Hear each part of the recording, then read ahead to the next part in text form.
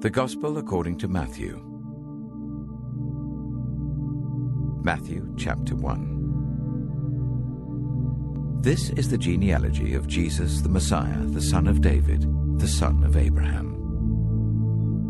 Abraham was the father of Isaac, Isaac the father of Jacob, Jacob the father of Judah and his brothers, Judah the father of Perez and Zerah, whose mother was Tamar, Perez the father of Hezron, Hezron the father of Ram, Ram the father of Amminadab, Amminadab the father of Nahshon, Nahshon the father of Salmon, Salmon the father of Boaz, whose mother was Rahab, Boaz the father of Obed, whose mother was Ruth, Obed the father of Jesse, and Jesse the father of King David.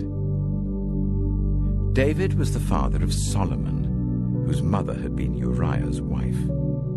Solomon the father of Rehoboam, Rehoboam the father of Abijah, Abijah the father of Asa, Asa the father of Jehoshaphat, Jehoshaphat the father of Jehoram, Jehoram the father of Uzziah, Uzziah the father of Jotham, Jotham the father of Ahaz, Ahaz the father of Hezekiah, Hezekiah the father of Manasseh, Manasseh the father of Amon, Amon the father of Josiah, and Josiah the father of Jeconiah and his brothers at the time of the exile to Babylon. After the exile to Babylon, Jeconiah was the father of Shealtiel, Shealtiel the father of Zerubbabel, Zerubbabel the father of Abihud, Abihud the father of Eliakim, Eliakim the father of Azor, Azor the father of Zadok, Zadok the father of Achim, Achim the father of Elihud, Elihud the father of Eleazar, Eleazar the father of Maphan, Maphan the father of Jacob, and Jacob the father of Joseph, the husband of Mary, and Mary was the mother of Jesus, who is called the Messiah. Thus there were 14 generations in all from Abraham to David, 14 from David to the exile to Babylon, and 14 from the exile to the Messiah. This is how the birth of Jesus the Messiah came about. His mother Mary was pledged to be married to Joseph. But before they came together, she was found to be pregnant through the Holy Spirit.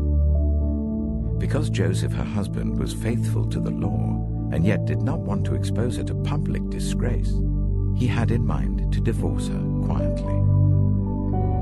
But after he had considered this, an angel of the Lord appeared to him in a dream and said, "Joseph, son of David, do not be afraid to take Mary home as your wife, because what is conceived in her is from the Holy Spirit.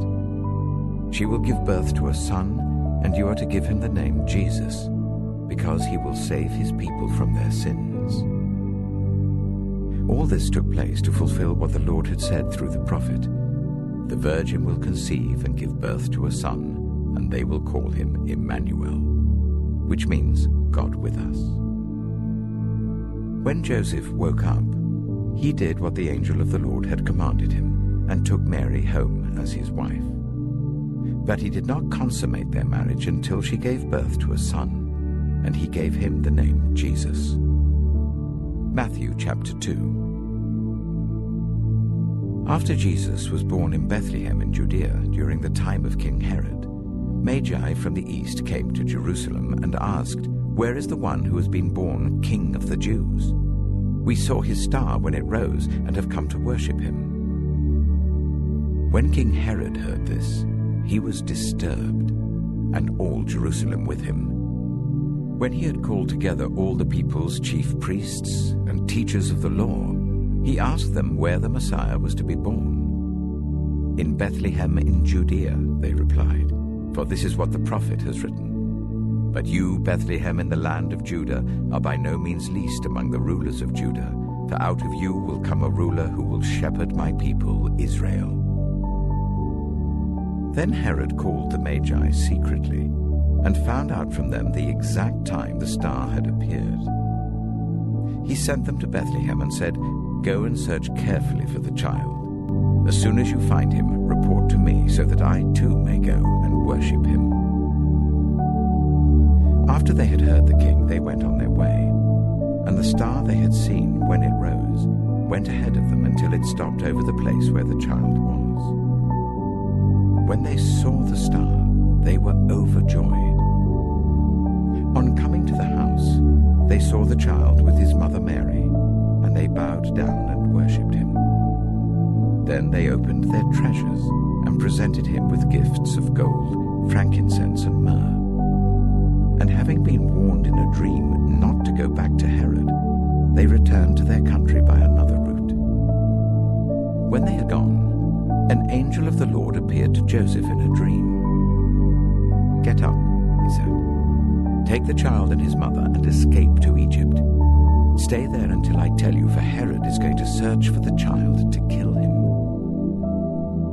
So he got up, took the child and his mother during the night, and left for Egypt, where he stayed until the death of Herod. And so was fulfilled what the Lord had said through the prophet, "Out of Egypt I called my son." When Herod realized that he had been outwitted by the Magi, he was furious, and he gave orders to kill all the boys in Bethlehem and its vicinity who were 2 years old and under, in accordance with the time he had learned from the Magi. Then what was said through the prophet Jeremiah was fulfilled. "A voice is heard in Ramah, weeping and great mourning, Rachel weeping for her children and refusing to be comforted because they are no more."